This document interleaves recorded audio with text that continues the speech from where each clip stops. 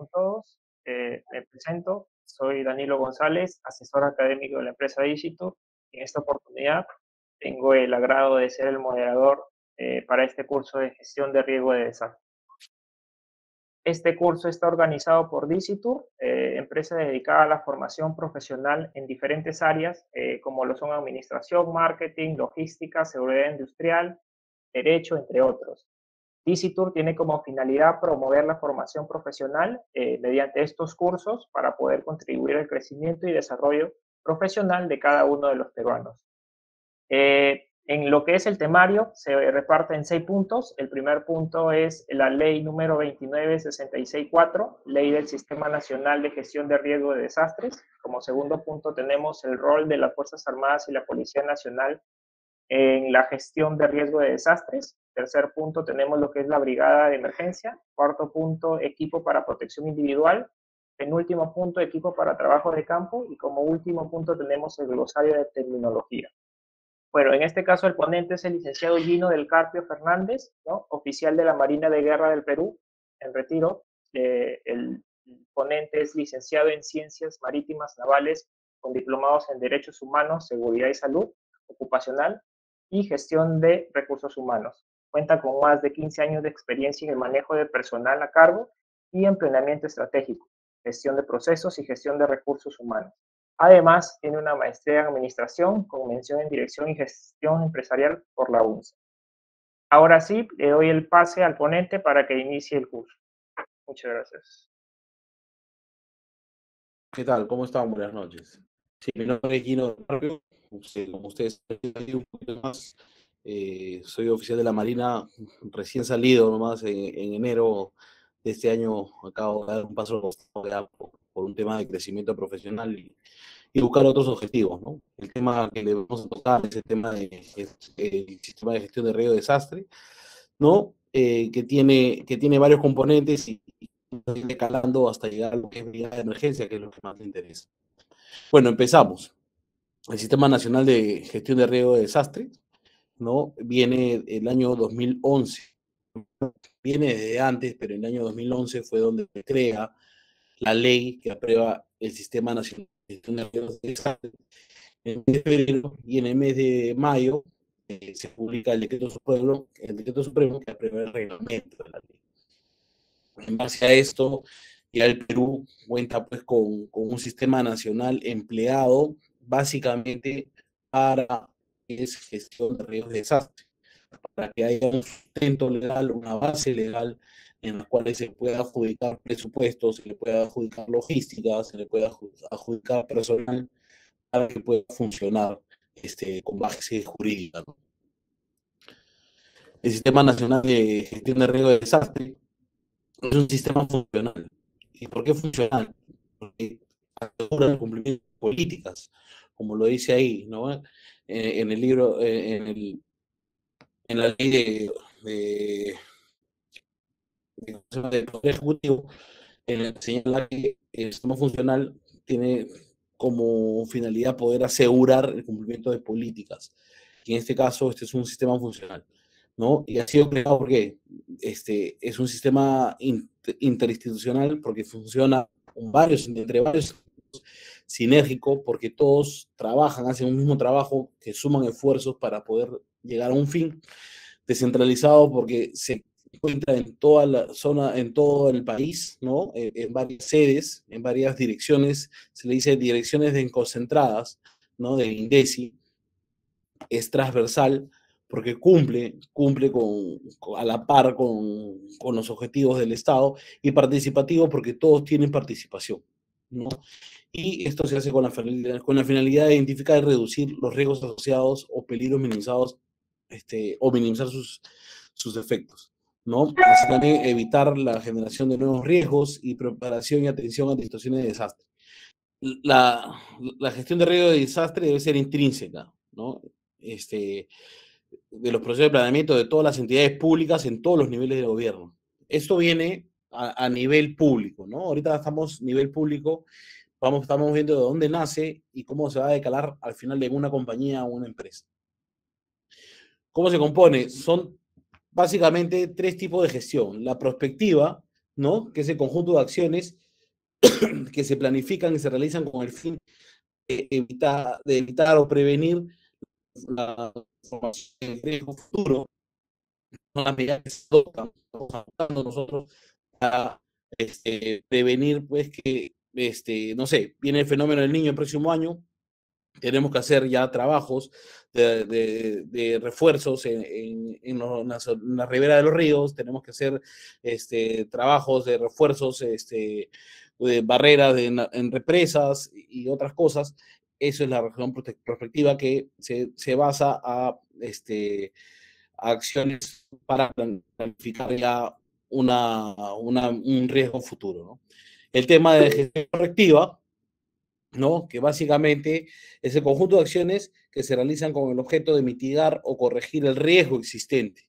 En el caso de un riesgo, un derrumbe de un edificio, este, un, un huaico, por decirlo de forma expectiva, toman acción y ejercen participación, ¿no? En estos dos niveles, es hasta nivel municipalidades, ¿no? Hasta nivel municipalidades y gobiernos regionales. El nivel de gestión reactiva, ¿no? Básicamente son todas las acciones y medidas que son destinadas a enfrentar los desastres, ¿no? Ya sea por un peligro inminente o por materialización del riesgo. Entonces, en esta gestión reactiva ya se activa el Consejo Nacional de Defensa Civil, que está presidido por el presidente, ¿no? Se activa las Fuerzas Armadas y Policía Nacional, se activa el Instituto Nacional de Defensa Civil. Entonces, en estos tres niveles se trabaja, ¿no? Básicamente, en el nivel de empresas es gestión proactiva y correctiva, ¿no? Es nivel de empresas, municipalidades, y ya el nivel de gestión reactiva. Recordemos que son 5 niveles de emergencia, del nivel 1, 2 y 3, que son niveles de peligros que son medibles, que son y el 4 y 5 que son ya niveles de emergencia, ¿no?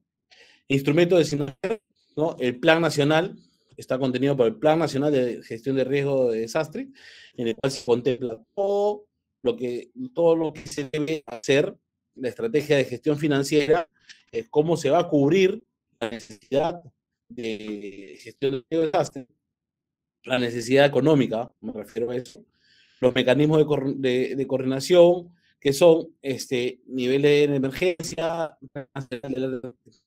servicio de alerta permanente, primera respuesta, asistencia humanitaria, transparencia, ¿no? Y de peligro inminente, que son pequeños grupos que se van a encargar de cada tipo de actividad o de acción.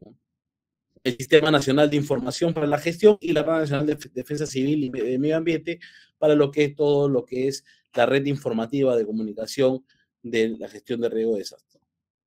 Acá tenemos la articulación, ¿no? Como rol decisor se conforma el Consejo Nacional de Gestión de Riesgo de Desastre, que está presidido por el presidente, el presidente del Consejo de Ministros como secretario y el jefe de INDECI, ¿no? Que ellos son el rol definitivo en cuál se va a tomar la decisión a seguir y se todos los planes o todas las recomendaciones hechas por las diferentes entidades que han sido partícipes de un desastre, ¿no? En este caso, tenemos el rol técnico asesor que corresponde a ese plan, que es el Centro Nacional de Planeamiento Estratégico, que tiene participación activa, el CNP, que es el Centro Nacional de Estimación, Prevención y Reducción de Desastres, el INDECI, que es el Instituto Nacional de Defensa Civil, y los gobiernos regionales y municipalidades. ¿Para qué? En tema de procesos de estimación de riesgos, reducción de riesgos, prevención y reconstrucción, ¿no? Eso se encarga entre el CEPLAN y el CNPRED y el INDECI, básicamente en lo que es proceso de preparación, respuesta y rehabilitación. Preparación con el tema de capacitación, respuesta con el tema de activación ante un riesgo, ¿no? Y la rehabilitación es la reconstrucción ya posterior a haber controlado pues, el riesgo de desastre, ¿no? En este caso, vamos a ver la ley 27902 y la ley 27972, ¿no? Una que habla sobre los gobiernos regionales y la otra sobre las municipalidades. Básicamente, en este caso, tomo yo la dirección desconcentrada de INDECI de Arequipa, ¿no? En la cuales indica que debe tener el presidente, debe ser el presidente de la región, que es el mismo DDI, el director de INDECI regional, ¿no? Quiere conformarse un grupo de trabajo y una plataforma, ¿no? de defensa civil. Entonces, vamos a ver posteriormente cuál es la diferencia entre el grupo de trabajo y plataforma, pero básicamente el grupo de trabajo se orienta más a tener listo el personal, el material para poder actuar, y la plataforma se encarga de recomendar y hacer las actividades para poder dar el material necesario o el aporte necesario al grupo de trabajo. Pero básicamente se componen casi de los mismos integrantes. En este caso, tenemos nosotros el gobernador regional, ¿no? Que a nivel regional tiene su grupo de trabajo, tiene su plataforma de defensa civil, y él preside esas dos. Tenemos al alcalde provincial, igual, que tiene su grupo de trabajo, plataforma, y tenemos al alcalde distrital. Y así se compone. Y son ellos, en sus áreas, en su jurisdicción, los que tienen que dar, dar, la, dar la atención adecuada para poder mitigar, ¿no? O minimizar un riesgo o un desastre en caso se presente. ¿No? Funciones de los regionales y locales, los presidentes de los gobiernos regionales y alcaldes, y esto por la ley que han visto, por las dos leyes que han visto, son las máximas autoridades y son parte de las mesas de trabajo, de los grupos, tanto de los grupos como de la plataforma. Es de forma obligatoria, ¿no? Y eso lo dice la ley y es clara. ¿Por qué? Porque ellos tienen la responsabilidad directa en su jurisdicción ante un riesgo, ¿no? Los grupos de trabajo son espacios internos de articulación. ¿Para qué? Para la formulación de normas, evaluación, los integran es un ejemplo. El gerente regional el gerente regional de recursos naturales, desarrollo económico, infraestructura. ¿Por qué? Porque son los principales actores en este caso, ¿no? Ellos, como parte de sus funciones y funciones de alta dirección, también tienen pues, la potestad de poder llevar y liderar este grupo de gestión de riesgo de desastre. Y la plataforma de defensa civil es básicamente el apoyo para la preparación, respuesta y rehabilitación. Ellos presentan en reglamentos internos, planes, y es un apoyo a la mesa, a los grupos de trabajo, básicamente, ¿no? Ahí están las funciones principales que se han detallado ahí, ¿no? Y dentro de estas plataformas de defensa civil están considerados organizaciones, tanto públicas como privadas, voluntariados y también las entidades de primera respuesta. ¿Y quiénes son las entidades de primera respuesta? Lo vamos a ver más adelante. ¿Cuál es el rol de las Fuerzas Armadas y la Policía Nacional, ¿no? En la gestión de riesgo de desastre? Lo he tenido a bien colocarlo acá para más o menos que tengan un detalle y sepan cómo funciona esto y por qué cuando ocurre un desastre se activan o no se activan, ¿no? Para que sacar un poquito del cuadro esto. Hay una ley, ¿no? El artículo 17, 29664, el Sistema Nacional de Gestión de Riesgo de Desastre. El artículo 17 habla sobre la intervención de las Fuerzas Armadas y Policía Nacional, ¿no? Y en estos procesos, ¿no? Si vemos el lado derecho, la parte naranja, son los procesos en los cuales conforma la gestión de riesgos de desastre. La estimación, ¿no? Primero, para proyectarse, estimación y prevención, básicamente, estimación, prevención, que son para proyectarse un futuro dentro de la perspectiva, de la parte de gestión prospectiva. Ahí viene la reducción, que es la parte correctiva, ¿no? Viene la parte de lo que es la preparación, respuesta, rehabilitación y reconstrucción, que es la parte reactiva. Pero básicamente, conformamos nosotros, bueno, los miembros de las Fuerzas Armadas y la Policía, la participación dentro del proceso 4 y 5, que es preparación y respuesta, ¿no? Y eso para que lo tenga más o menos claro el tema. Dentro de la gestión reactiva, que es la gestión ya cuando hay un desastre inminente o un tsunami, como lo hemos pasado hace un momento y que más adelante lo voy a tocar, ¿no? Tenemos que tener una parte de preparación. Se obliga de todas maneras, y está en la ley que es obligatorio mantener entrenado al personal que va a participar dentro de este grupo. ¿Por qué? Porque cuando pase algún tipo de desastre o algún tema, que requiere una emergencia, requiere una respuesta rápida, se tiene que, primero, usar las brigadas correspondientes en el mínimo tiempo posible. La activación debe ser rápida para que la respuesta sea más efectiva, ¿no? Tenemos nosotros en la parte de preparación, la información sobre los escenarios de riesgo, un poco conocer en qué zona estamos, cuáles serían nuestras principales debilidades, ¿no? ¿Cuáles serían las zonas más afectadas en caso de intensas lluvias, en caso de un terremoto, en caso de una erupción de un volcán, ¿no? En caso de un tsunami, en caso de un desborde de río, tener claro cuáles son esas zonas para poder tenerlas identificadas y saber dónde actuar. El desarrollo, el planeamiento, tener planes de acción que permitan básicamente poder saber qué se va a hacer en caso de que haya un desastre o una emergencia, ¿no?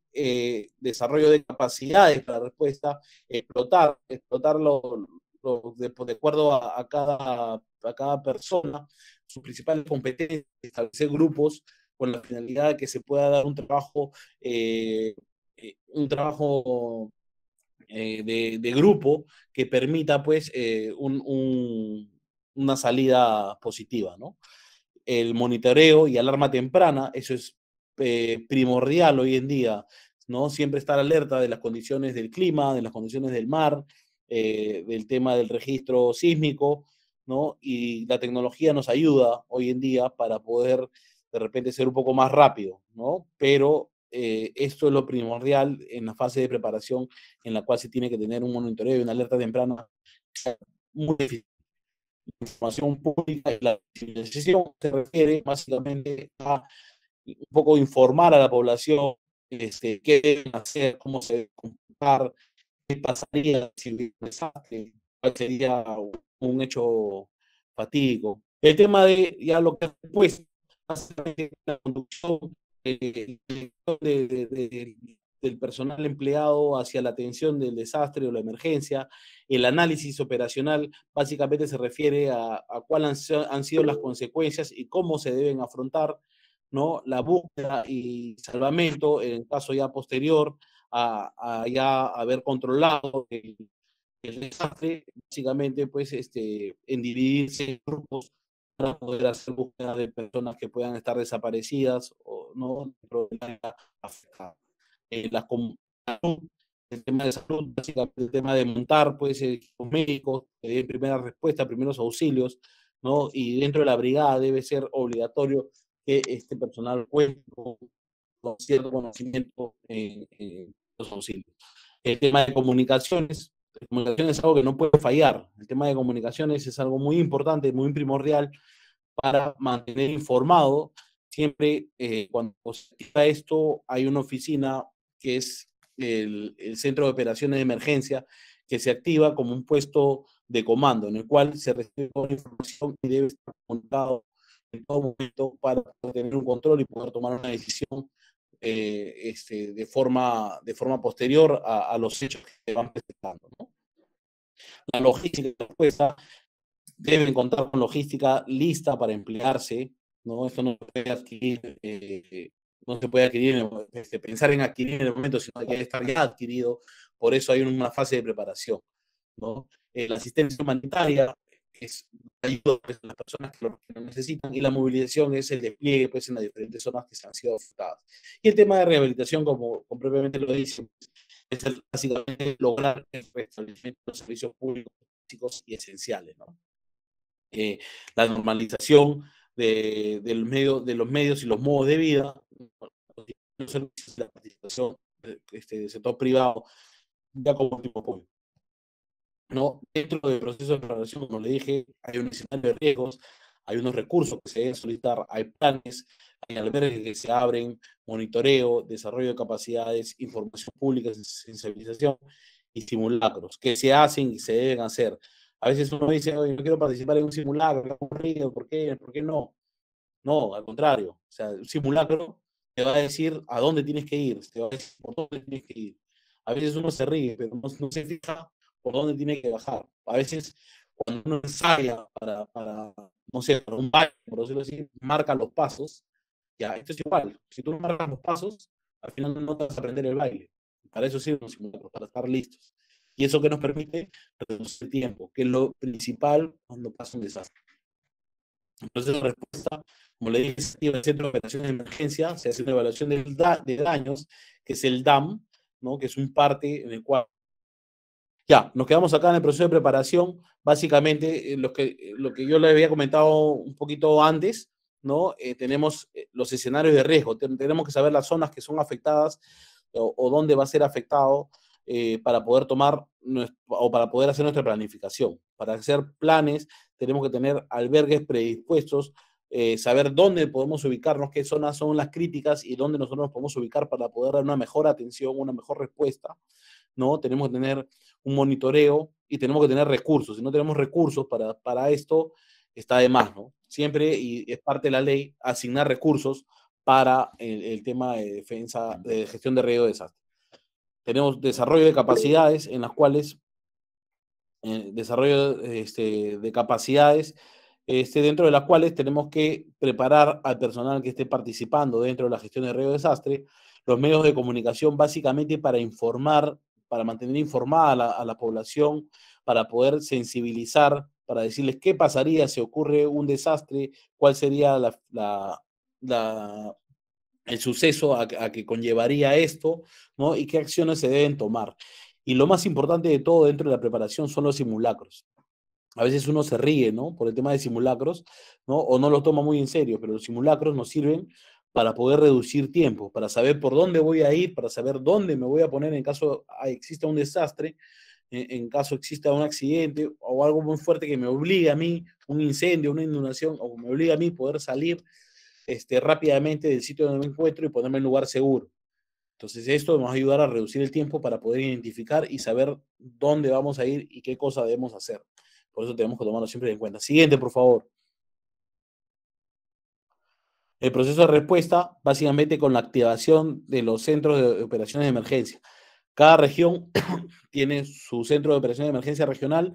El país tiene un centro de operaciones de emergencia nacional, que se lleva en el Ministerio de Defensa, para que sepan, ¿no? Y es un centro muy bien equipado, donde se recibe información de todas las partes de Perú.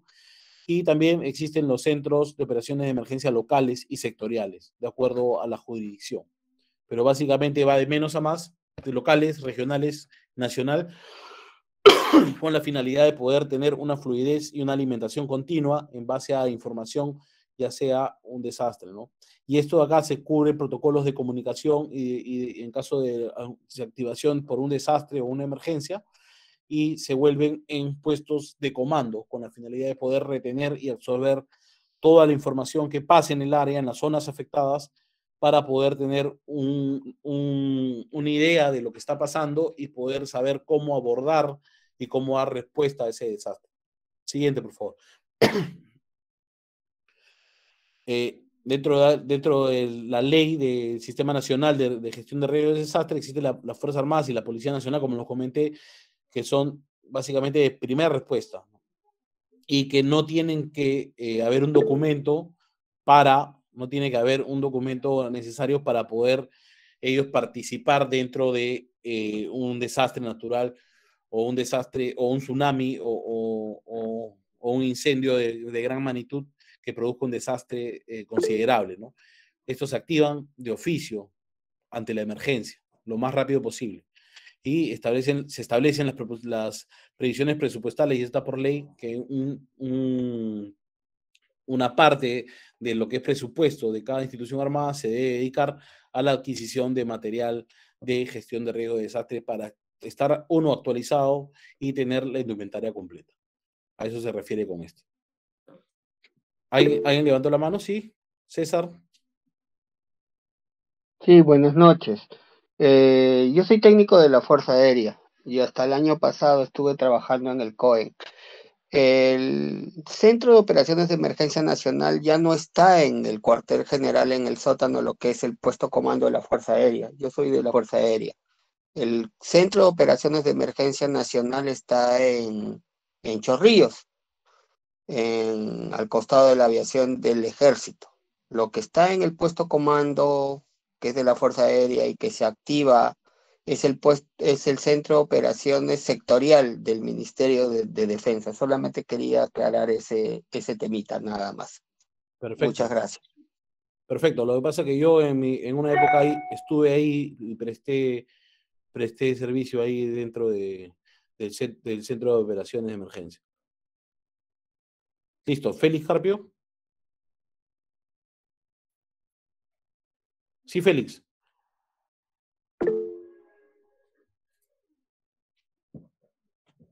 Emerson.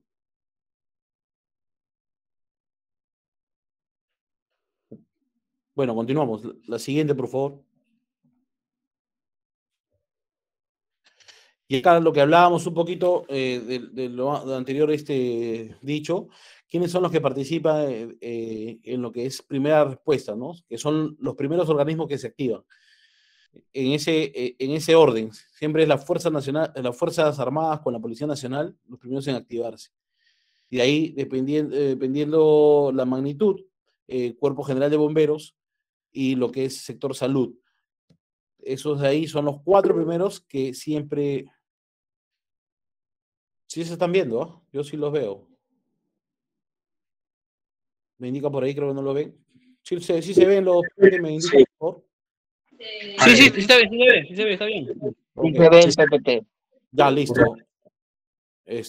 Como le digo, Claro. Fuerza Armada, Policía Nacional, Cuerpo de Bomberos y el sector salud son los primeros en activarse, ¿no? Son los primeros en activarse y los primeros en que tienen que estar en el centro o en la zona donde se ha ocurrido evaluando los detalles. Existe una evaluación de daños que es el EDAM, ¿no? Que es un reporte en el cual es pasado a los centros de operaciones de emergencia con la finalidad de poder hacer la primera apreciación y poder remitir esto al Consejo Nacional de Defensa, de Gestión de Riesgo de Desastre, con la finalidad de poder tomar las primeras decisiones en la zona afectada, ¿no? Siguiente, por favor. De ahí viene el tema de coordinación con el tema de seguridad nacional. El sistema de seguridad y defensa nacional en el cargo de la gestión. Y esto tiene la competencia, pues como una de sus competencias es proteger a la población, ¿no? En la parte de preparación, respuesta y rehabilitación, que es lo que involucra a la gestión de riesgo de desastre. Básicamente. Siguiente, por favor.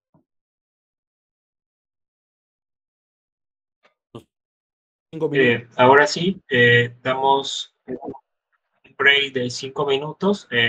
No olviden, por favor, marcar su asistencia. En el chat estoy enviando el link para que puedan marcar la asistencia. Y bueno, aprovechemos este tiempo. Vamos a aprovechar este tiempo para resolver algunas dudas que tuvieron muchas personas con respecto a la certificación del curso. Este curso cuenta con certificado opcional. El precio de preventa es de 85 soles y tiene un peso de 16 horas académicas.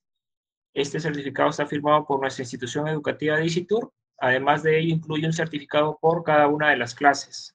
Además, también incluye lo que es el material complementario del curso, grabación de cada clase con derecho de descarga en el aula virtual, el correo institucional Office 365 por todo un año y el descuento a futuros cursos. En caso de solamente se requiera el certificado de esta clase, el precio es de 25 soles. El certificado sale con un peso de 4 horas académicas, firmado igualmente por nuestra institución educativa de Dicitur, junto con todos los beneficios mencionados antes. Ahora pueden realizar el pago en cualquiera de nuestras cuentas. Tenemos cuenta en BCP, Yape, Caja Arequipa y BBVA. El comprobante de pago se debe enviar al correo informes@dicitor.edu.p o a nuestro número de WhatsApp que pueden ver en el siguiente slide, en el slide, ¿no? Ahora, Y por último, recordarles, ¿no? Que, que en el momento que realicen el pago, si envíen, en este caso, el día de hoy, a través de nuestro correo, nuestros números, el día de mañana les llegará a su correo el recibo de pago con las dispositivas, el material complementario y su respectivo certificado. Ahora sí me gustaría que me escriban por el chat, ¿no? Desde dónde nos están siguiendo, desde dónde se han conectado, desde qué parte del Perú, para interactuar un poquito con los participantes. Alex nos comenta que nos está conectado desde Barranca. Un saludo, Alex. César Elí, desde Santiago de Surco, Lima. Eduardo Tambra, desde Marcona, Ica. Desde Lima nos está conectado Jaime Trujillo. Desde la ciudad de Arequipa, Eudocia Italaqué. Desde Arequipa, Bárbara. Muchos saludos para Arequipa. Veo que hay varias personas por ahí conectadas. Desde Huancayo también, Lisbeth, Pamela. Un saludo para Huancayo. Desde Moquegua, veo que desde muchas partes de nuestro país están conectados, ¿no? Es un gusto poder brindar todo este tipo de contenido y que este tipo de contenido llegue a muchos lugares del país, ¿no? Desde Oxapampa, Roger Zúñiga, un saludo. Desde Barranca veo que también hay varias personas conectadas. Desde Cusco, la ciudad imperial, un saludo, César.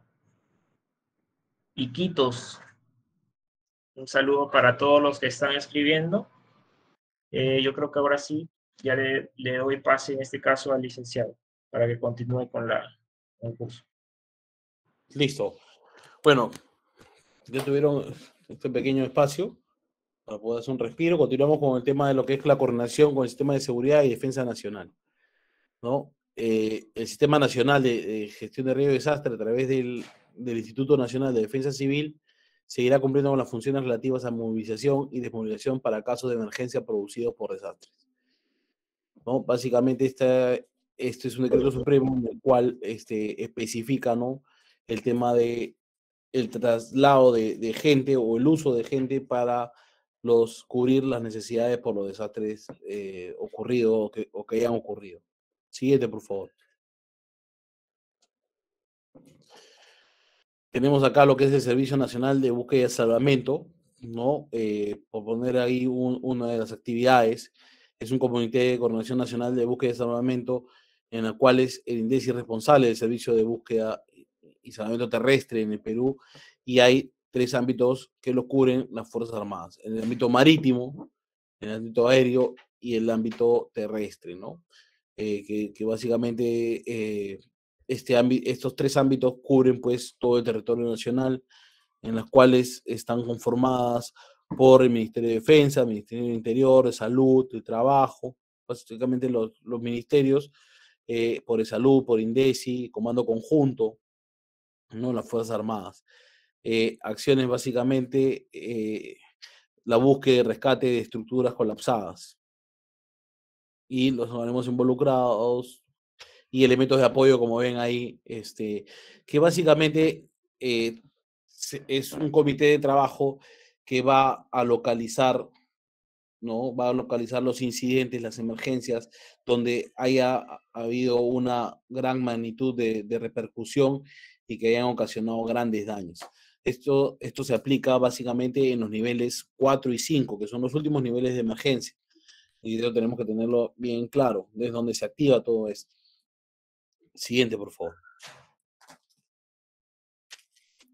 El Centro de Operaciones de Emergencia, ¿no?, es un órgano que funciona permanentemente, en los cuales monitorea los peligros de emergencia y desastre y recibe la comunicación de diferente de los centros de operaciones de emergencia regionales, de los centros de operaciones de emergencia locales y sectoriales.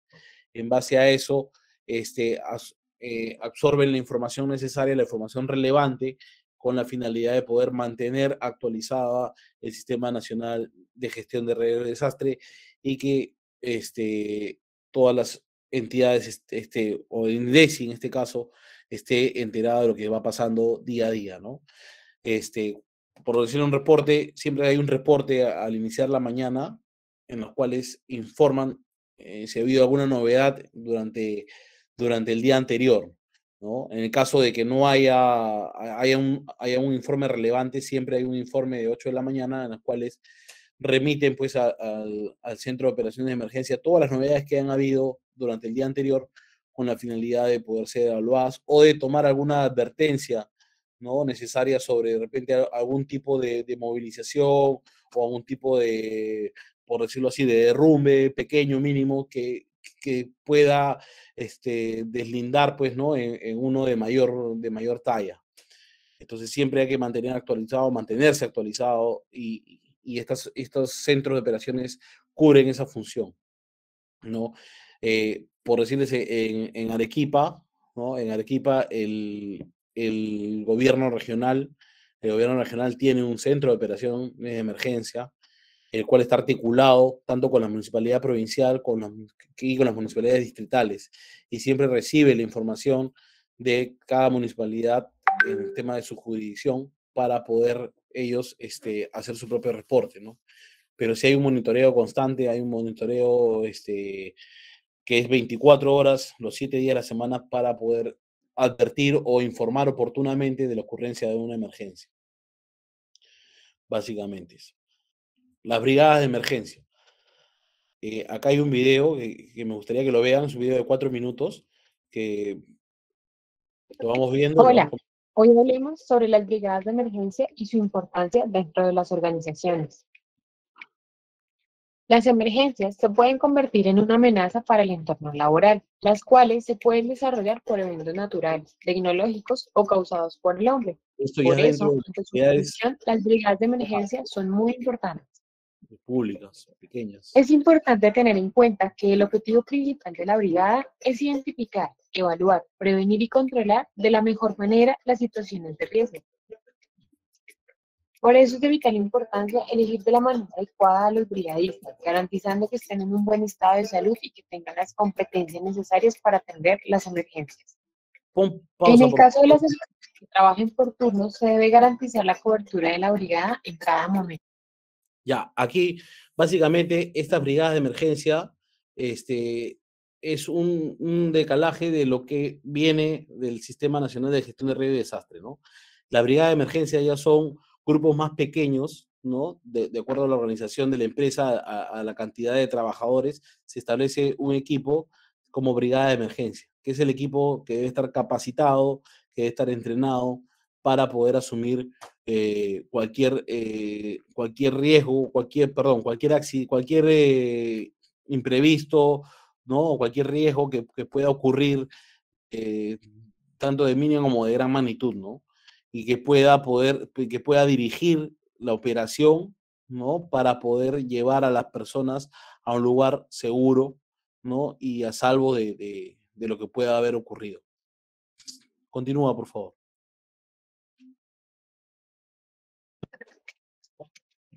La cantidad de personas que deben hacer parte de la brigada de emergencia dependerá del tamaño de la organización. Si la empresa tiene menos de 10 colaboradores, deberá tener un brigadista. Para las empresas que tienen entre 10 y 49 colaboradores, deberán asignarse entre 2 y 4 brigadistas. Si la empresa tiene entre 50 y 100 colaboradores, deberán asignarse entre 5 y 7 brigadistas. Y para las empresas que tienen más de 100 colaboradores, deberán asignarse entre 6 y 8 brigadistas de Un pausa, por emergencia. favor, ahí. Las brigadas estarán compuestas. Ya, bueno, en este caso que hemos visto hace un ratito, ven que de acuerdo a la cantidad de números, existe una determinada cantidad de personal que está destinado para la brigada de emergencia, ¿no? Pero este personal no es el único que debe conocer el tema, sino que este personal está en la obligación de sensibilizar a los demás, ¿no? Está en la obligación de mantenerse preparado para que él pueda capacitar al personal, o sea, a la gente que trabaja o que esté en un área determinada, ¿no? En una empresa, ¿no? Todos los trabajadores deben saber por dónde deben salir, cuáles son las rutas de evacuación, cuáles son sus zonas seguras, ¿no? Entonces, esta persona se encarga de poder colocar y poner la información respectiva, ¿no? Y tener esa información a la mano y dársela a conocer a los demás trabajadores. ¿no? En el caso de ser una empresa que tenga más de 100 trabajadores, son de 6 a 8 personas. Pero si son 1000, no se van a quedar en 8, ¿no? Sino tiene que ser un poco más. Básicamente se tiene que ver y evaluar cuál es la magnitud de la empresa, ¿no? Cuál es el área, la estructura de la empresa, y identificar las zonas críticas, las zonas que no son seguras, y establecer rutas de escape, establecer el uso o un mapa de riesgos en los cuales se puedan describir los principales riesgos y que las personas que colaboren o trabajen en esa empresa conozcan, que deban saber, ¿no? Y eso es lo importante de esto.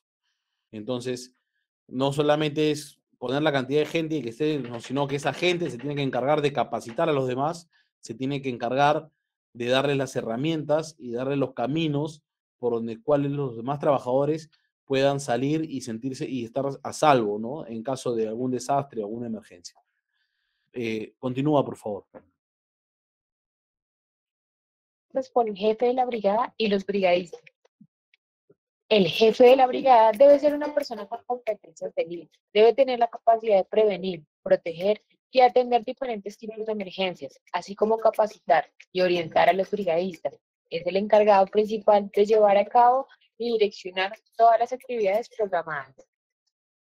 Entre las funciones del jefe se encuentra planear la organización de la brigada de emergencias, apoyar en la elaboración del plan de emergencias de la empresa, garantizar la disponibilidad de recursos, elementos y equipos para la preparación y atención ante cualquier emergencia, y apoyar en las inspecciones de infraestructura. Los brigadistas deben ser personas aptas físicamente, deben ser voluntarios y con sentido de compromiso, tener autonomía, serenidad y prudencia, y sobre todo la preparación para controlar los diferentes eventos de emergencia.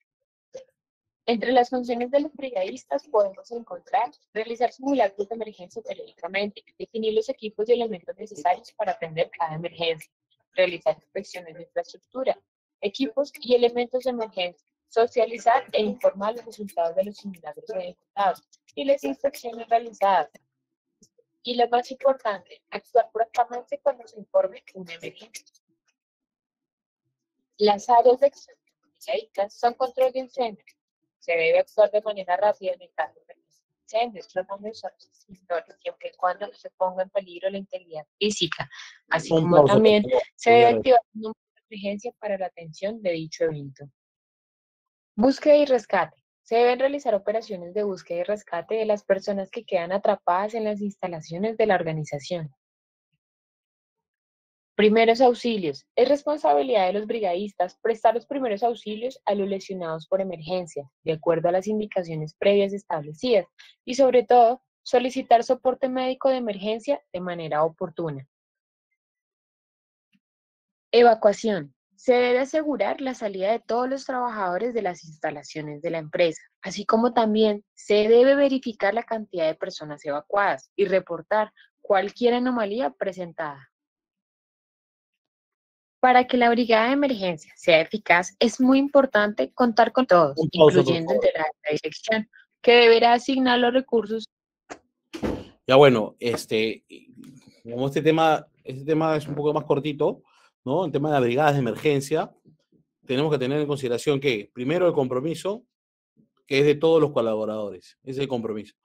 Primero, que en lo segundo es que destinar los recursos físicos y económicos. O sea, nadie puede funcionar si no tiene ni un sol. Tenemos que tener en consideración de que este líder de la brigada, ¿no? Este líder de la brigada va a ser el encargado de poder solicitar, en coordinación con los brigadistas, de solicitar los recursos necesarios para poder funcionar.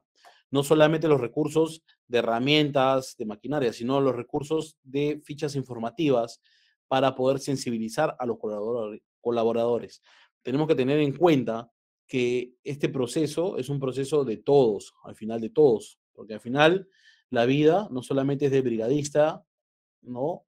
Sino que la vida es de todos los que trabajan en ese lugar y tenemos que tener en consideración, ¿no? El compromiso con todos los colaboradores, de todos los colaboradores, la destinación de recursos, ¿no? Y el tiempo necesario para la ejecución de actividades preventivas, como simulacros, como tareas que permitan identificar las zonas no seguras, las zonas críticas, las zonas de riesgo, y que permitan planificar y tener áreas y que estos colaboradores puedan identificarse con esas zonas seguras, puedan establecer una ruta de escape y la tengan memorizada para que en caso de un incendio sepan dónde hay un extintor más cercano y cómo combatirlo.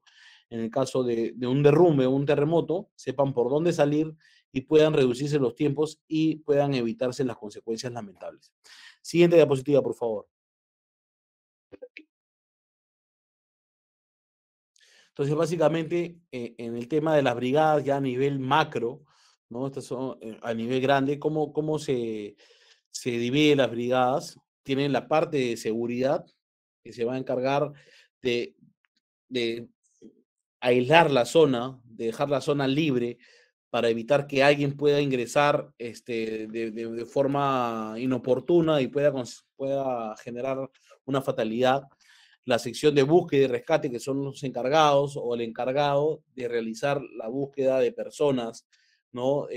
La búsqueda de personas dentro del área afectada para poder recuperarlos, darles atención,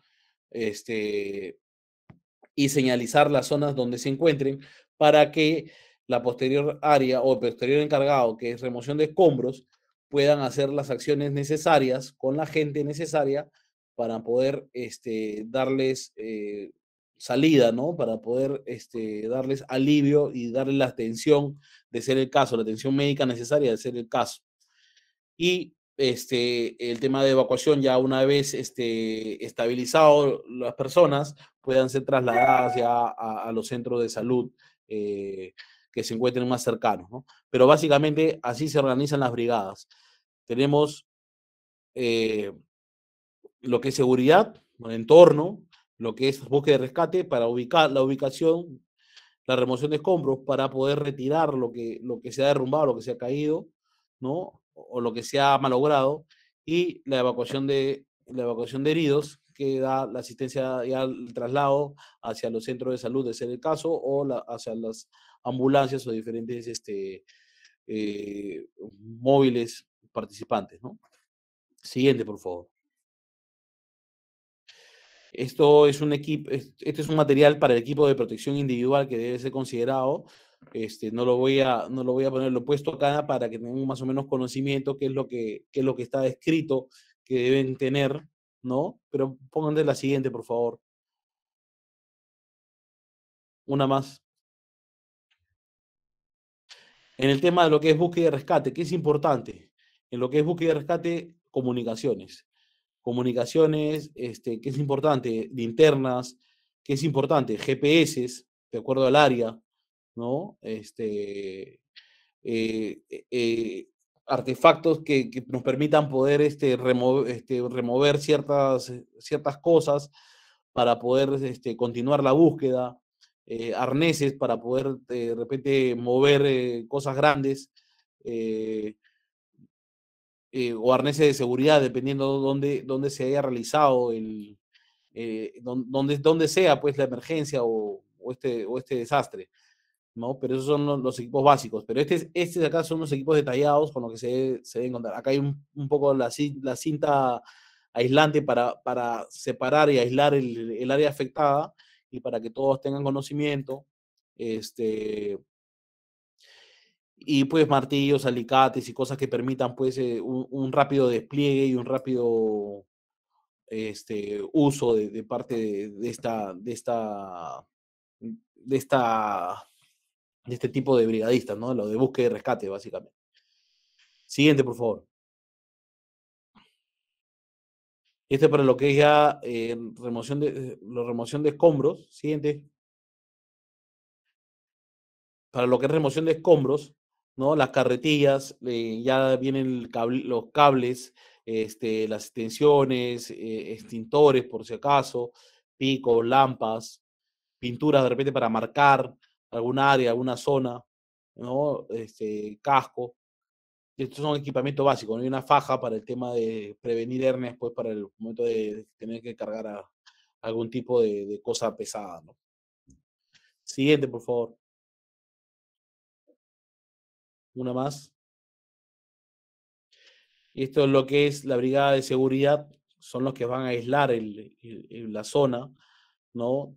Siempre tienen que tener un extintor para apoyo, un altavoz para poder comunicar que es un área restringida. En el caso de que sea un equipo colectivo, de tener una carpa con un generador que permita poder hacer pues relevos de personal y que este relevo pueda descansar en esa zona, ¿no? Que tengan una área para poder hacer los relevos correspondientes. Pero acá de tener luces, botas, y acuérdense que son los que van a estar y van a ser responsables de avisar y de mantener informada constantemente a los colaboradores de dónde ha sido el área ah, que, que ha pasado el riesgo, esta emergencia, ¿no? Siguiente, por favor. Nada más. En la brigada, lo que es evacuación de heridos, lo importante, ¿no? El casco con la Cruz Roja, que es lo que va a identificar a este equipo, que es el personal que va a dar la estabilización adecuada del paciente y el traslado del mismo, ¿no? Acuérdense que para un paciente que sea movido o un herido, mejor dicho, un herido que sea movido, tiene que primero, ¿qué es lo primero que tiene que hacerse? Es estabilizarse, segundo, de inmovilizarse y tercero, transportarse. Entonces, para eso está esta brigada que debe estar preparada para brindar los primeros auxilios respectivos que permitan salvar vidas, básicamente. Acuérdense que esto acá es una cosa que sucede muy rápido y el tiempo de respuesta es rápido también. De acá, el conocimiento de la persona que es encargada de esto va a salvar vidas. Y eso es importante que lo sepan. Siguiente, por favor. Acá he puesto un glosario de terminología para que más o menos sepan qué cosas están de la mano con la gestión de riesgo de desastre y las brigadas de emergencia, ¿no?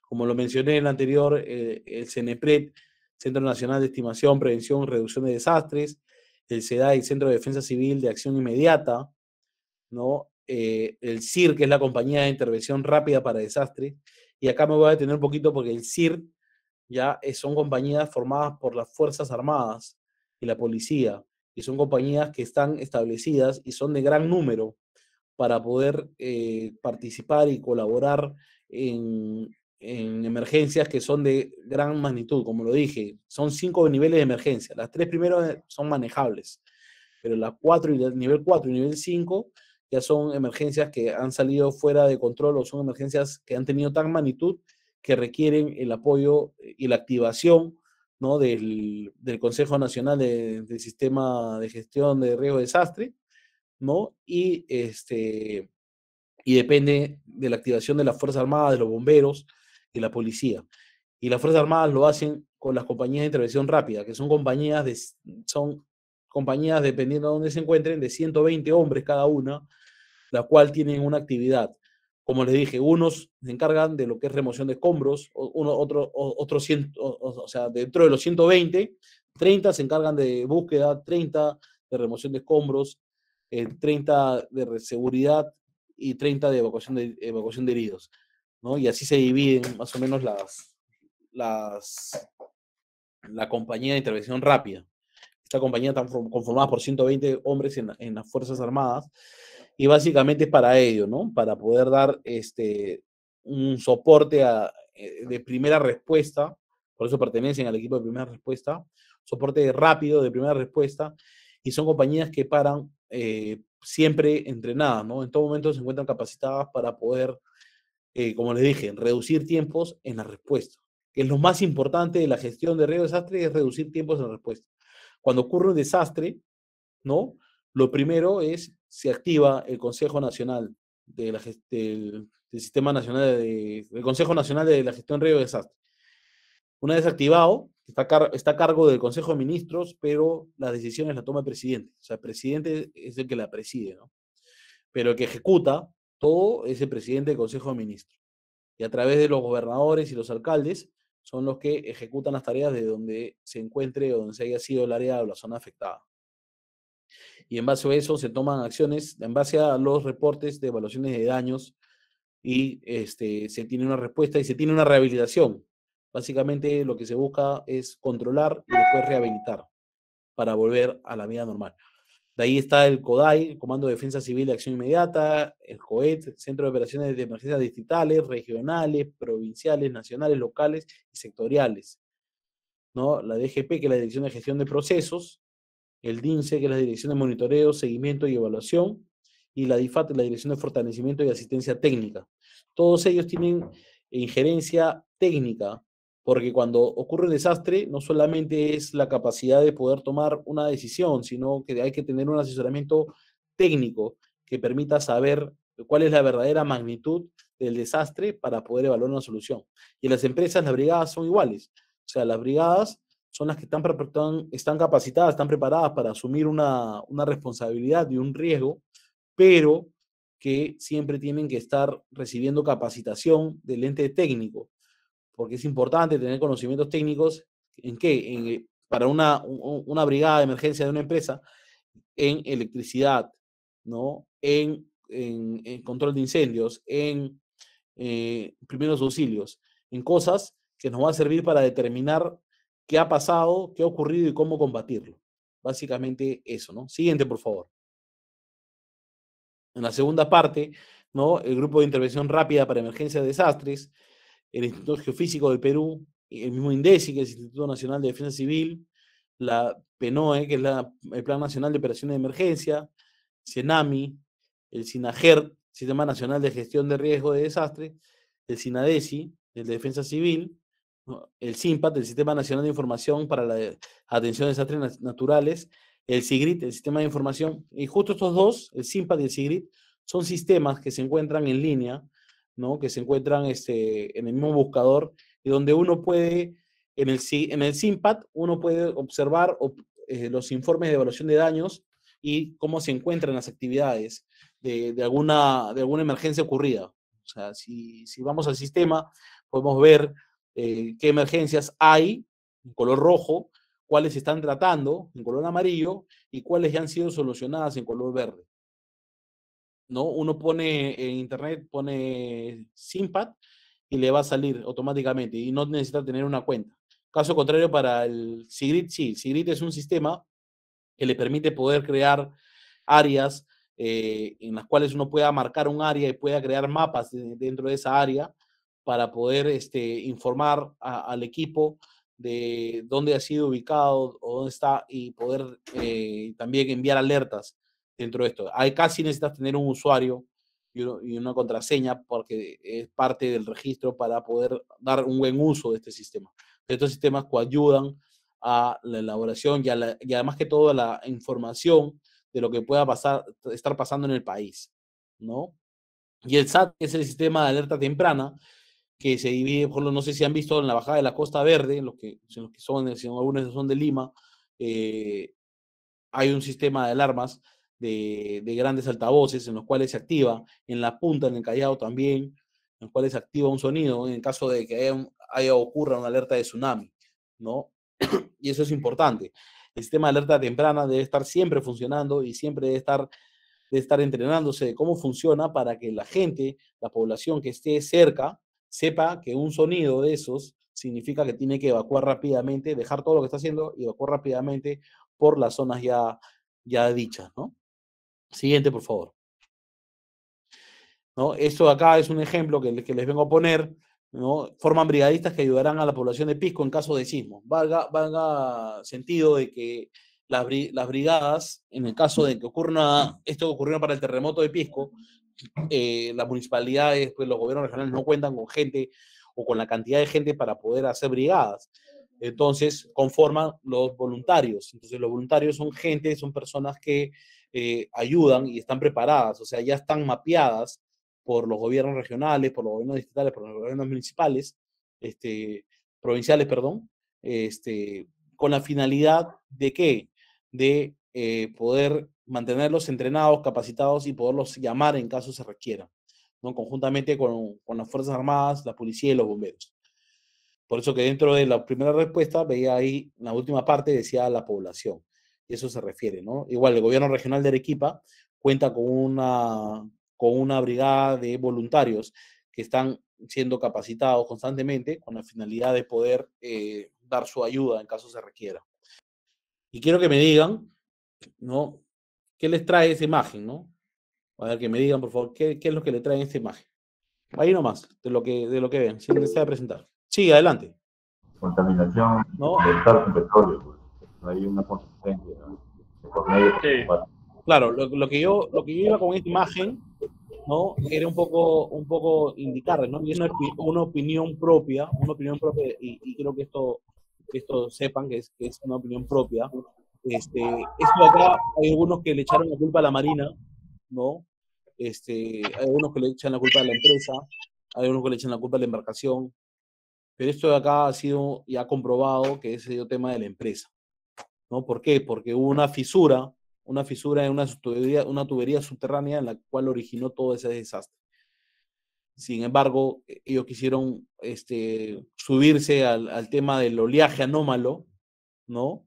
Para poder, ¿cómo se llama? Deslindar de un poco la responsabilidad, ¿no?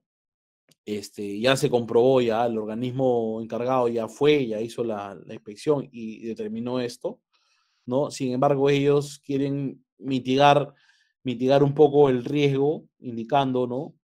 que han seguido unas ciertas acciones. Con un comunicado que han sacado el día de hoy, después de 5 días de haber pasado esto, lo cual ha generado una gran repercusión en todo este tema. Y yo acá me pregunto, ¿no? ¿Dónde estaba su brigada de emergencia? Porque yo les digo, para una operación de esta similitud, de esta magnitud, la empresa tiene que tener una embarcación, en el muelle que esté lista, con material que no permita el despliegue de la contaminación en caso ocurriera, con gente que esté equipada, con material que esté equipada y lista para que en caso ocurra algo pueda salir y atender. No tenía esta embarcación, ¿por qué? Porque a alguien se le ocurrió y dijo, oye, ¿para qué si nunca pasa nada? Hagamos un ahorro, ya no la pongas, ya no se pone. ¿Por qué? Porque hay un encargado en la embarcación que debió ver el Mar Negro y debió alertar y debió poner en alerta a la brigada de emergencia de la unidad del buque de la embarcación esta, para que de una u otra forma avisara, ¿no? Acá lo que ha pasado es que cuando se han dado cuenta de que ha habido una fisura, porque seguramente ha habido una falta de organización o una desatención en el tema de esta maniobra, ¿no? Cuando se han dado cuenta ya ha sido demasiado tarde. Esto de acá, para que más o menos tengan una idea, y ya para terminar el tema del día de hoy, esto de acá debe tener una brigada de emergencia, y no la hubo. Y para eso está la brigada de emergencia. Cuando a veces eres una empresa grande, que tienes todo tu material, ¿no? Piensas, no va a pasar nada porque tengo todo listo. No, en todos lados puede pasar una emergencia. Y por eso es la importancia de tener una brigada de emergencia. Hoy se lamenta varias cosas que de repente se pudieron prevenir si es que hubiera estado activada la brigada de emergencia, si es que hubiera estado atenta la guardia, porque hay una guardia ahí, hay un servicio que se encarga de ver y observar la manguera. O sea, hay alguien que se encarga de mirar la manguera y ver que todo esté ok. Estas son tuberías que bombean aproximadamente de 12.700 a 13.500 galones por hora. Entonces son de presiones altas, ¿no? De trasvase. ¿Y qué implica esto? Que las tuberías sean, pues, de una fatiga, pues, más rápida que una tubería normal. Y a eso quería llegar con esta foto, ¿no? A la importancia de que si eres empresa grande o empresa chica, debas de tener una brigada de emergencia debidamente capacitada, ¿no? Y que esta brigada haya enseñado a trabajar a los que estén ahí. Básicamente eso, ¿no? Listo, eso sería todo de mi parte. ¿Una acotación puedo hacer, instructor? Claro que sí. Buenas noches, ante todo. Con respecto a lo que usted me está manifestando sobre la brigada de primera respuesta, en ese caso tendría que ser una brigada de primera respuesta en MAPEL para poder contener ese derrame. Ahora, acá yo le estoy hablando de Arequipa de Mollendo. el trabajo de multiboyas se hace con una lancha con personal de buceo que hace el control de la manga de descarga, de inicio a final de descarga. Entonces me parece que eso, pero eso también lo contempla la Marina de Guerra. En el plan de contingencia está escrito que lo contempla también la Marina de Guerra en una supervisión que tiene que cumplir con esa normativa de poder tener una lancha de buceo de primera respuesta para poder verificar cuando haya un derrame o cuando haya una fuga, ¿no? Y baje la presión del bombeo. Entonces todo eso está activado en el plan de contingencia. ¿Qué tal? ¿Cómo está, Félix? Escúchame, sí, correcto, pero hay responsabilidades. La Marina de Guerra tiene injerencia en la supervisión del plan de contingencia. Yo te lo digo porque yo he sido inspector hasta el año 2020, he sido inspector yo de lo que es hidrocarburos, agua azul, plan de contingencia, de lo que es seguridad de la vida humana en el mar. Entonces, sé más o menos cómo funciona esto. Y siempre de forma anual y semestral, de acuerdo al tipo de función o labor que sea, ¿no? Se pasan inspecciones. Y en la inspección está todo, está bonito, están todos los equipos, todos los sistemas.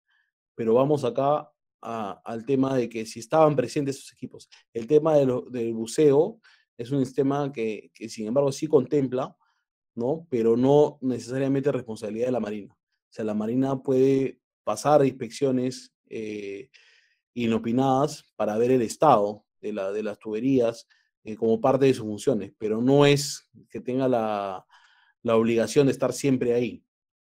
No sé si me dejo entender. O sea, en este caso... Ingeniero, buenas noches. Una acotación. Sí.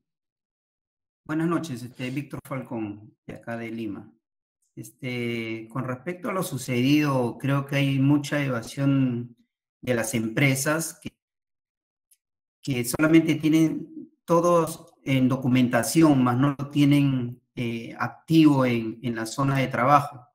Llámese como su plan de contingencia lo tienen en papel, pero más no tienen una embarcación requerida por la autoridad marítima, ¿no? Entonces ellos evaden eso, como bien lo dijo usted, para evadir de repente algo económico, ¿no? Que hoy en día es bastante remunerado para una embarcación que esté ahí a la hora y la hora va a estar 2, 3 días y va a salir más de 10.000, 20.000 dólares por embarcación y la dotación que tiene para casos de emergencia. Muy aparte, el personal de buzos, como dijo un compañero ahí que está en las multiboyas, que solamente es para casos de emergencia, para conectar el manguerote, abrir una válvula de emergencia, cerrar la válvula de emergencia que está en el fondo marítimo. Ahora, en las empresas también hay válvulas que están en la misma empresa en tierra, que ven el nivel de combustible que está ingresando o está saliendo, ¿no? Entonces ven la presión que ingresa o sale. Entonces hay muchos factores que pueden identificar el problema que tiene la empresa que quiere escabullirse por ahí, no digamos así, que no quiere responsabilizarse por los daños ocurridos, solamente le da, justo vino este problema anómalo que hubo en el oleaje y de ahí se están agarrando, pero no es así, porque ellos, así haya mal tiempo y revienta el manguerote, ellos tienen que tener un plan de contingencia al momento y activarlo. Para eso hay una documentación ya. Y bien es cierto, Capitanía, claro, las mismas municipalidades que autorizan son los responsables. O sea, es un conjunto. Acá todo es un conjunto de responsabilidades, pero mucho más de la empresa, claro, creo yo, porque no tiene un plan de contingencia directo. Como no, para no desligar del tema, ¿no? O sea, a lo que yo voy es que, o sea, como te digo, yo he sido inspector. A mí no me van a decir, porque yo he ido y he verificado que tengan todo el material contra derrame de hidrocarburos, ¿no? Que tenga un plan de contingencia. Me han enseñado planes de contingencia de 400, 500 hojas, pero sin embargo no son aplicadas. Cuando tú vas a pasar inspección, ¿no? como autoridad marítima, vas, verificas y está todo. Te van a enseñar todo. Pero la idea es que eso que te enseñan, cuando se debe usar, cuando sea requerido, y no lo hacen. O sea, para el momento de la inspección está todo bonito, pintadito, todo puesto. Pero a la hora, a lo que vamos es, si tú tienes una empresa que es marítima, obviamente que tienes que tener una brigada de emergencia no solamente para el tema administrativo, sino también para el tema marítimo. Tienes que tener una brigada de emergencia para que pueda responder y reaccionar ante una falla o algo. Y tienes gente que tú le pagas por atender esa emergencia. Pero si ocurre esto y se demoran, y se demoran, y ¿cómo se llama? Y no toman acción, o se demora, esa demora de 10 minutos, ocurre pues un derrame de 1.800, 2.000 galones de crudo. Y eso es lo que pasa. Pero hay una documentación, disculpe, mi ingeniero, hay una documentación en la cual acredita que cuando ingresa una embarcación, ya sea combustible, aceite, para poder embarcar, tiene que haber una brigada de contingencia que está a bordo de inicio hasta el final, así como personal de uso. No es solamente la documentación, ahora que no vayan compartida. Acá tú tienes una brigada que es del mismo barco y tienes una brigada que es de la misma empresa. Así es. ¿Entiendes? Pero esa es parte, ¿ah? Y el barco se encarga de cubrir su emergencia en el barco. Correcto, esa es la embarcación nada más. Se encarga de cubrir ¿quién? El operador, el que está haciendo, el dueño de las tuberías subterráneas en este caso. Pero lo que yo iba, ¿no? Básicamente, para no cambiar el tema y dedicarnos a hablar de esto, es brigada de emergencia, siempre capacitadas y siempre listas, ¿no? Y no solamente ellas, sino que deben estar e impartir capacitación a los demás de forma informativa, para que una persona, al ocurrir una emergencia, sepa qué tiene que hacer, ¿no? Yo estoy trabajando en la computadora, escucho una alarma, sé que me tengo que parar, sé que tengo que dirigirme por el lado izquierdo, ¿no? Hacia cierta ruta y ocupar la zona de seguridad número 3. Y sé que debo ir allá. Pero si yo, cuando ocurre el desastre, recién voy a preguntar dónde voy, entonces ahí, en vez de ayudar, voy a estorbar. ¿Entienden? Entonces, lo que vamos es que las brigadas de emergencia son importantes, pero la colaboración de las demás personas también lo son. Eso va a determinar reducir tiempos, primero,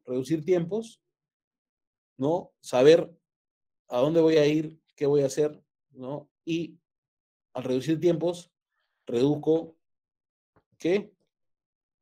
Reduzco muertes, reduzco heridos, reduzco muchas cosas. A eso quería llegar. Eso sería todo, si alguien tiene alguna pregunta o algo. Instructor, disculpe también para acotar algo. Ahí también entra a tallar en responsabilidad la agencia marítima que está a cargo de la descarga, porque hay una agencia marítima de que hace la estiva y la desestiva de descarga, y también ellos tienen parte ahí por no hacer la verificación de sus bridas, en qué estado se encuentran, ¿no? Hacer una inspección de bridas antes de y durante de, ¿no? O sea, eso también se tiene que evaluar también en esta situación que ha sucedido, ¿no? O sea, los trabajadores de estiva de la agencia marítima que está a cargo, ¿no? También tienen que ver eso. No, definitivamente, o sea, acá hay que ver responsabilidades. O sea, acá no solamente se la lleva uno, sino son varios, porque cuando tú haces una carga o una descarga, tiene tanta responsabilidad el barco, ¿no? Y el barco no es que solamente se la lleve solo, sino se la lleva con la agencia que lo ha puesto ahí, ¿no? Y antes de que el barco entre a ese multiboyas, ¿no? Hay un acuerdo de la agencia con la empresa. Entonces ahí también hay responsabilidad. Y eso es lo que se tiene que evaluar, ¿no?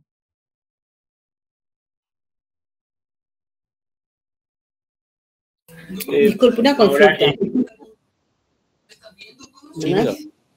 Sí, mire, dentro del proceso de lo que es de respuesta, en este caso que ha habido en ese incidente con el derrame de petróleo, ¿quién está encargado en todo caso de la conducción y la coordinación, ¿no?, de la atención de la emergencia que se ha suscitado?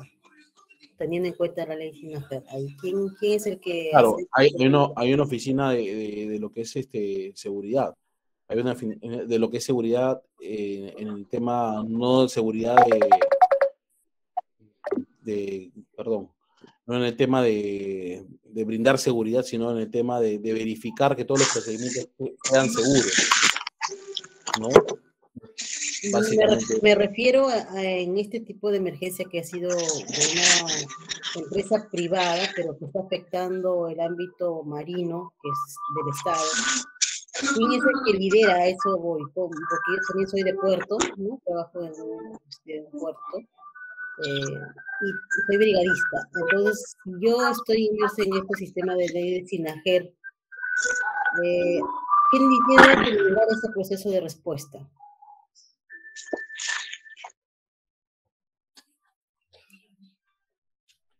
¿Me escuchó? Sí, ¿me puedes repetir? Porque te he escuchado entrecortado. Me refería de que si en este tipo de proceso de respuesta, ¿quién tiene que liderar la respuesta? Porque aquí se van a personar muchas entidades, ¿no? Para poder apoyar en el proceso de respuesta, pero siempre haber un líder o un comando de incidentes, ¿no? Algo similar, para que puedan atender la emergencia y siempre lidera a alguien. En este caso, ¿quién sería el idóneo? ¿Qué entidad? Ya te entendí. Para este caso de Resol. ¿A esto de Resol te refieres? No, bueno, la empresa privada es la propietaria de la... Ingeniero. Por decir, yo me refiero si el daño ha sido al mar, por el daño ecológico. ¿Qué entidad lidera esta respuesta? Eso es lo que quiero saber, porque yo también trabajo, como le digo, en un puerto. Y claro, ya. ¿Quién es el que va a liderar esto? Porque todos nos ponemos acordes a un tipo de liderazgo, ¿no? Y organizador. Claro. Sí, te entiendo perfectamente. Mire, acá el que ha debido asumir eso, es la empresa inicialmente. Yo, que hubiera hecho como jefe de Indesi, Gino del Carpio, que hubiera hecho como jefe de Indesi, en una acción coordinada con el presidente, establecíamos un grupo encargado, liderado ¿por quién? Por la presidenta del Consejo de Ministros. ¿Por qué? Porque es una actividad en la cual ha afectado al litoral peruano. Fuera de quién es responsable, quién no, acá lo que se ha debido hacer, a mi consideración, es que se active acá el presidente del Consejo de Ministros como ejecutor de todo esto y se contrate gente y se haga una campaña y se haga una respuesta rápida, ¿no? Se contrate a las personas idóneas y que después de que ya se controle esto, ya se busquen pues las multas, se busquen los responsables. Pero ahorita lo que está pasando es que se tiran la pelota entre uno y otro y nadie quiere asumir el tema de lo que es rehabilitación. Entonces, acá la respuesta inicial la tiene que dar la empresa, la respuesta inicial, porque esto ha ocurrido en el mar y ha sido una fisura de una tubería subterránea. Entonces, la empresa es encargada de esa tubería y por los cuales han tenido que activar sus protocolos de seguridad. En este caso, no los activó, se demoraron cuando quisieron parar, cuando pararon todo, ya era demasiado tarde y esto se extendió al litoral. Y esto que ha generado una contaminación ambiental que ha originado pues la muerte pues de varias especies de aves, de animales que son de la zona.